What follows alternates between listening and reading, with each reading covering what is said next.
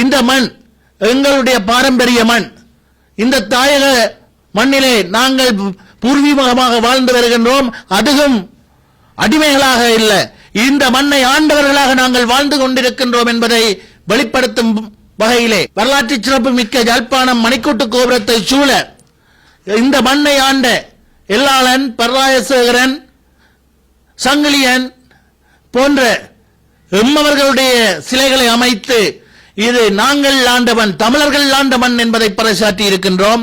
மரபுரிமை சின்னங்களை பாதிக்க செய்வதிலே எங்களை சார்ந்த சில கோடாரி காம்புகளும் இருக்கின்றன என்பதுதான் வேதனையான விடயமாக இருக்கின்றது. கந்தரோடையிலே இருக்கின்ற மரபுரிமை சின்னங்களை பாதுகாப்பதற்கு காண்பிக்கின்ற அக்கறையையும் அதற்காக செலவழிக்கின்ற வளங்களையும் மந்திரிமனை போன்ற தமிழ் மக்களுடைய மரபுரிமை சின்னங்களை பாதுகாப்பதற்கு பயன்படுத்துவதில்லை.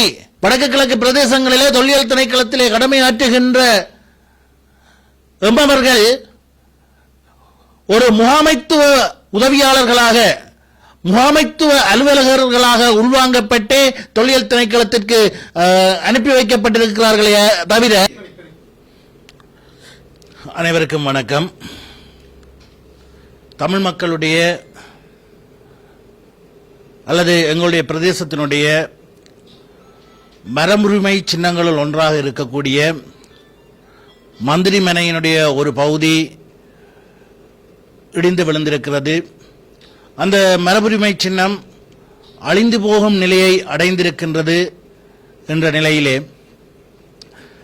கடந்த காலங்களிலே தொடர்ச்சியாக ஆட்சி அதிகாரத்தில் இருந்த ஒரு தரப்பு என்ற வகையிலே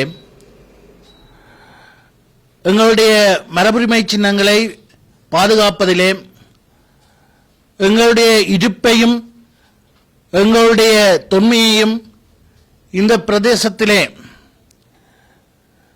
வெளிப்படுத்துவதிலே, பாதுகாத்து முன்கொண்டு செல்வதிலே இருக்கக்கூடிய சவால்கள் தொடர்பில் எடுத்துக் கூறுவதற்காகவே இந்த ஊடக சந்திப்பு ஏற்பாடு செய்யப்பட்டிருக்கிறது. ஒரு இனத்தினுடைய இருப்பிற்கு, ஒரு இனத்தினுடைய தொன்மை பாதுகாக்கப்படுவதற்கு, ஒரு இனம் தொடர்ச்சியாக தன்னுடைய பாரம்பரியங்களை முன்கொண்டு செல்வதற்கு அதனுடைய பிரதேசங்களிலே காணக்கூடிய அந்த இனம் சார்ந்த மரபுரிமை சின்னங்கள் பாதுகாக்கப்பட வேண்டியது அவசியம். ஆனால் இந்த மரபுரிமை சின்னங்களை பாதுகாக்க வேண்டிய பிரதான கடப்பாடுள்ள தொல்லியல் திணைக்களம் தமிழ் மக்களுடைய மரபுரிமை சின்னங்களை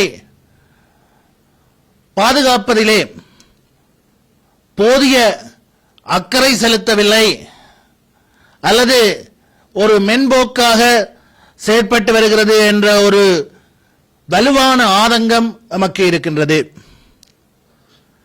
கடந்த காலங்களிலே ஆட்சி அதிகாரத்தில் இருந்தவர்கள் என்ற வகையிலே பல்வேறு சம்பவங்களை நாங்கள் அனுபவ ரீதியாக எதிர்கொண்டிருக்கின்றோம். எங்களுடைய பிரதேசத்தில் இருக்கக்கூடிய தமிழ் மக்களுடைய மரபுரிமை சின்னங்களை பாதுகாப்பதற்கு போதுமான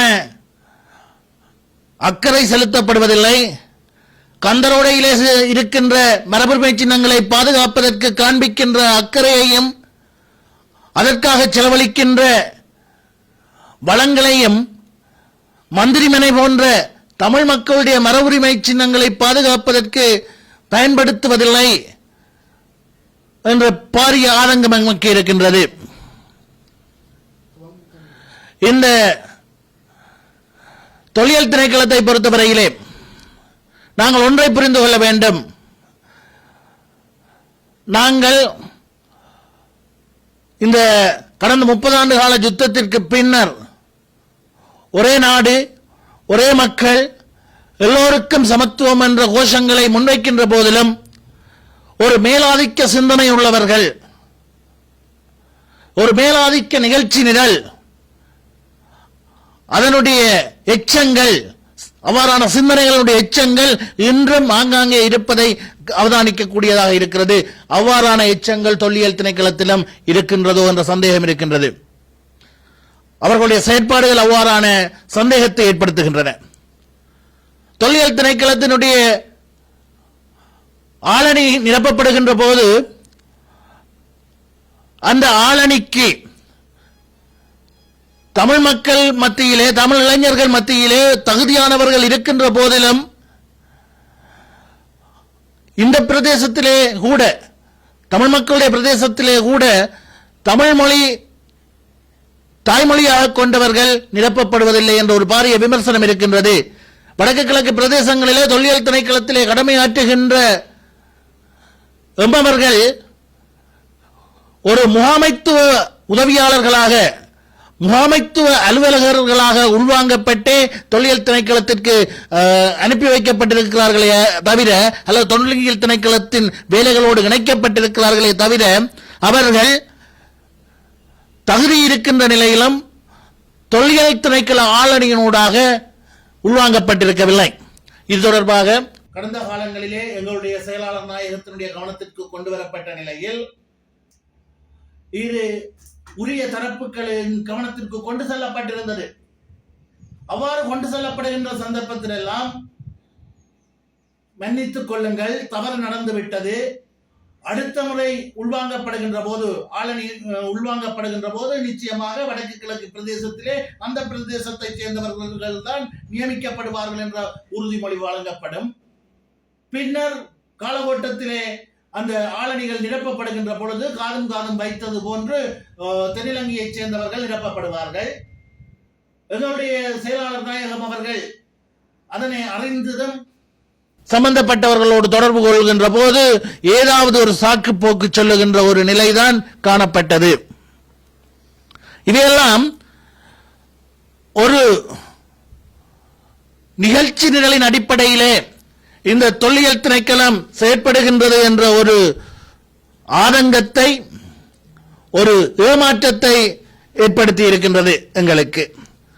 இந்த நிலையிலேதான் அதிகாரத்திலே இருந்த காலத்திலே எங்களுடைய செயலாளர் நாயகம் தோழர் டக்ளஸ் தேவானந்தா அவர்கள் தனக்கு கிடைக்கின்ற அதிகாரங்களை பயன்படுத்தி இந்த மண் எங்களுடைய பாரம்பரிய மண், இந்த தாயக மண்ணிலே நாங்கள் பூர்வீகமாக வாழ்ந்து வருகின்றோம், அதுவும் அடிமைகளாக இல்லை, இந்த மண்ணை ஆண்டவர்களாக நாங்கள் வாழ்ந்து கொண்டிருக்கின்றோம் என்பதை வெளிப்படுத்தும் வகையிலே, எதிர்கால சந்ததிக்கு எடுத்துச் சொல்லும் வகையிலே, தென்னிலங்கையிலிருந்து வருகின்ற அல்லது வெளியிடங்களில் இருந்து வருகின்றவர்களுக்கு அறிவுறுத்தும் வகையிலேதான் சீரழிக்கப்பட்டிருந்த அல்லது சிதைவடைந்து போயிருந்த சங்கிலியன் சிலையை புனரமைத்திருந்தோம். அதே போன்று வரலாற்று சிறப்பு மிக்க யாழ்ப்பாணம் மணிக்கூட்டு கோபுரத்தை சூழ இந்த மண்ணை ஆண்ட எல்லாளன், பர்ராயசேகரன், சங்கிலியன் போன்ற எம்மவர்களுடைய சிலைகளை அமைத்து இது நாங்கள் ஆண்டவன், தமிழர்கள் ஆண்ட மண் என்பதை பறைசாற்றி இருக்கின்றோம். அதே போன்று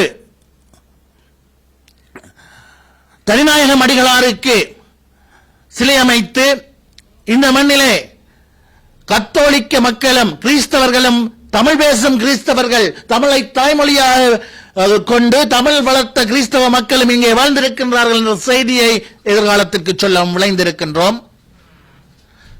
அதே போன்று பண்ணை பகுதியிலே தமிழ் மக்களுடைய அடிமையை, தமிழ் மக்களுடைய தொன்மையை, அவர்களுடைய இடுப்பை வெளிப்படுத்தும் வகையிலே ஒரு ஜாழ் மங்கையின் சிறுவம் ஒன்று அங்கே நிறுத்தப்பட்டிருக்கிறது. இவ்வாறு எங்களை பொறுத்தவரையிலே கிடைக்கின்ற அதிகாரங்களை பயன்படுத்தி எங்களுடைய மண்ணினுடைய தொன்மையையும் இந்த மண்ணிற்கு நாங்கள் பூர்வீக குடிகள் என்பதையும் வெளிப்படுத்துவதற்கான செயற்பாடுகளில் ஈடுபட்டு வந்திருக்கின்றோம். அதே போன்று தொல்லியல் திணைக்களத்தின் ஊடாகவும் எங்களுடைய மரபுரிமை சின்னங்களை பாதுகாக்க வேண்டும் என்ற அவசியத்தை வலியுறுத்தி வந்திருக்கின்றோம். ஆனால் இந்த மரபுரிமை சின்னங்களை பாதிக்க செய்வதிலே எங்களை சார்ந்த சில கோடாரி காம்புகளும் இருக்கின்றன என்பதுதான் வேதனையான விடயமாக இருக்கின்றது. குறிப்பாக ஒரு வர்த்தகர் மந்திரிமனையை எடுத்துக்கொண்டால் ஒரு வர்த்தகர்.